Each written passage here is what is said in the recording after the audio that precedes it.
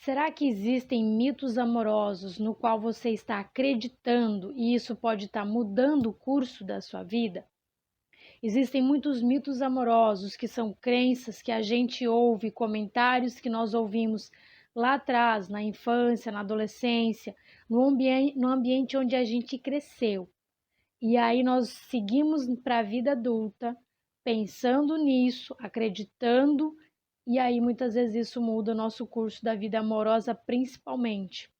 Eu vou te trazer agora alguns dos mitos amorosos que eu mais ouço na clínica e que eu percebo que muda o curso da vida das pessoas.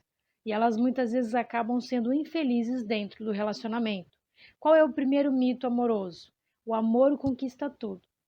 Isso é um grande mito, porque muitas vezes você fica num relacionamento fadado ao fracasso, onde a pessoa não te trata bem, onde todos os sonhos e metas que você tinha com relação a esse relacionamento não estão sendo cumpridos, aquela expectativa e aquela realidade não está sendo alinhada, e aí você continua se frustrando, destruindo e esgotando o seu psicológico e o seu físico por conta dessa relação, por acreditar que se eu fazer isso, se eu fazer aquilo, se eu amar mais, se eu ser mais amiga, se eu ser mais um monte de coisas, a gente pensa de um monte de si e a gente fica presa a esse monte de si e vai deixando a vida passar e muitas vezes aquela chance real de ser feliz a gente acaba deixando, indo embora.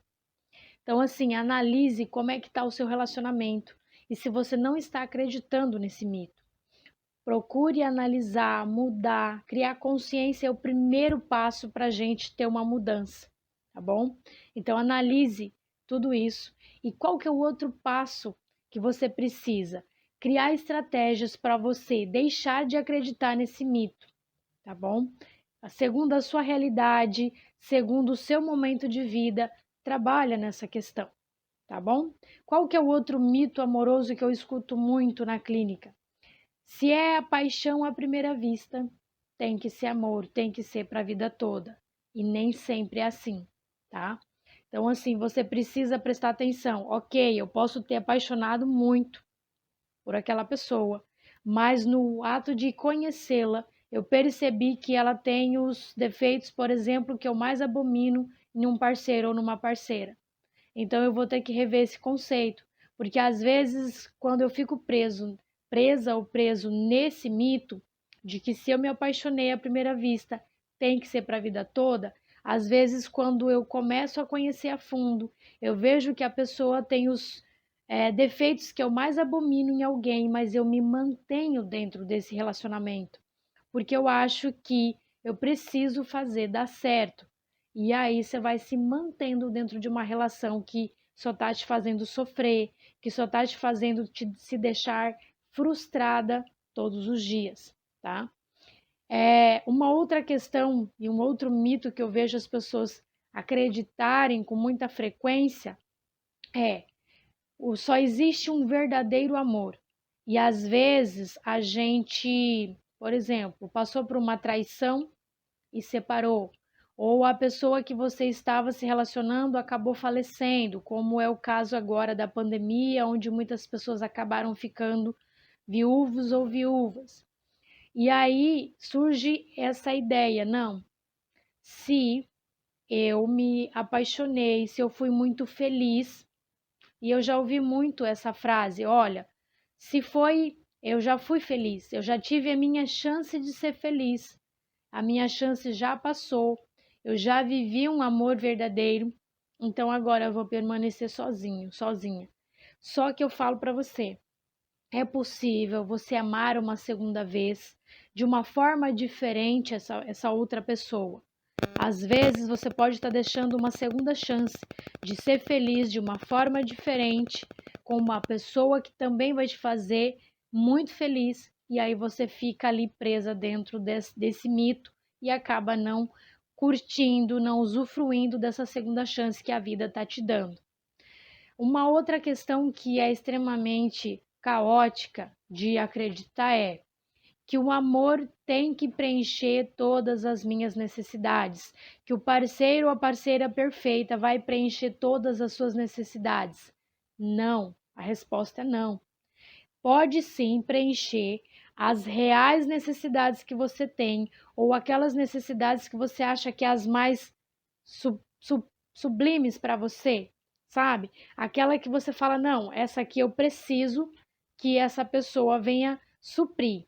E aí isso só vai acontecer também se você falar abertamente, trazer um diálogo claro de como eu quero, o que eu quero, quando eu quero que tais coisas aconteçam, tá? Isso só vai acontecer dessas necessidades tua ser realmente suprida se você falar abertamente. Porque às vezes a gente deixa aquela coisa, sabe, subentendida. E eu sempre falo para os casais quando eu atendo na clínica: o que está subentendido não está dito e vai gerar problema dentro do relacionamento, tá? Então, trabalha isso, fala, traz um diálogo claro, respeitoso, explica bem detalhado, porque às vezes a gente acha, mas é óbvio, essa pessoa deveria saber. Mas o sistema de família, de ensinamento dessa pessoa que você está junto é diferente. E às vezes o que para você é óbvio, para o outro pode não ser. Percebe? Então fale abertamente quais são as suas maiores necessidades.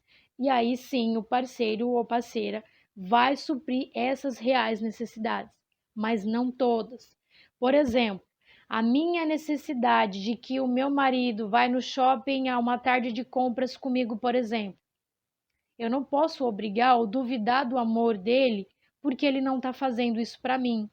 Sendo que eu posso chamar amigas para ir nessa tarde de compras comigo. Percebe que algumas das coisas que a gente quer que o nosso parceiro e a nossa parceira faça, outras pessoas podem substituir isso e o nosso parceiro pode de fato suprir aquelas necessidades que somente eles podem.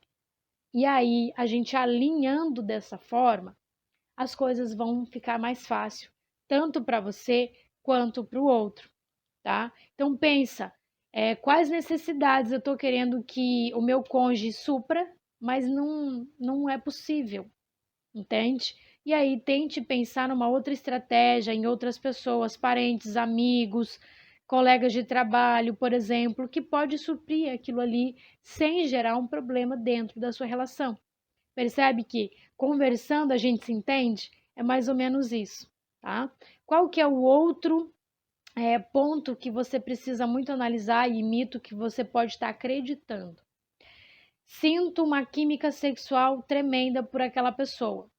Então tem que ser amor, tem que ser para a vida toda. Nem sempre, tá?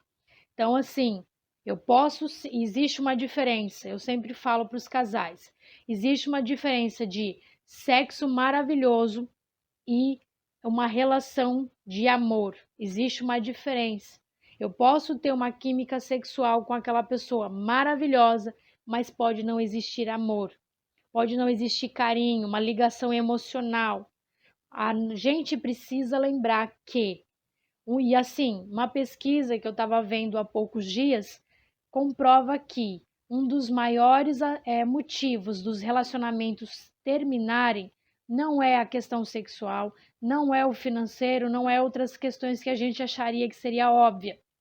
Não, é o vazio emocional. Muitas pessoas na pesquisa disseram: sinto um vazio emocional dentro do meu relacionamento.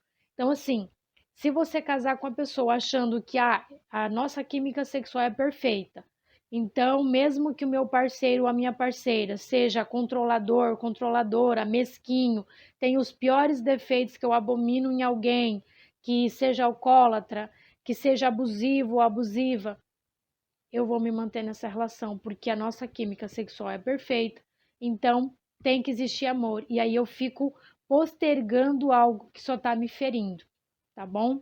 Então, assim, analisem todas essas questões, destruam esses mitos amorosos na cabeça de vocês e criem estratégias reais e façam escolhas amorosas certeiras, com clareza, com responsabilidade e faça uma caminhada rumo à felicidade. Um grande beijo para vocês e até o próximo vídeo.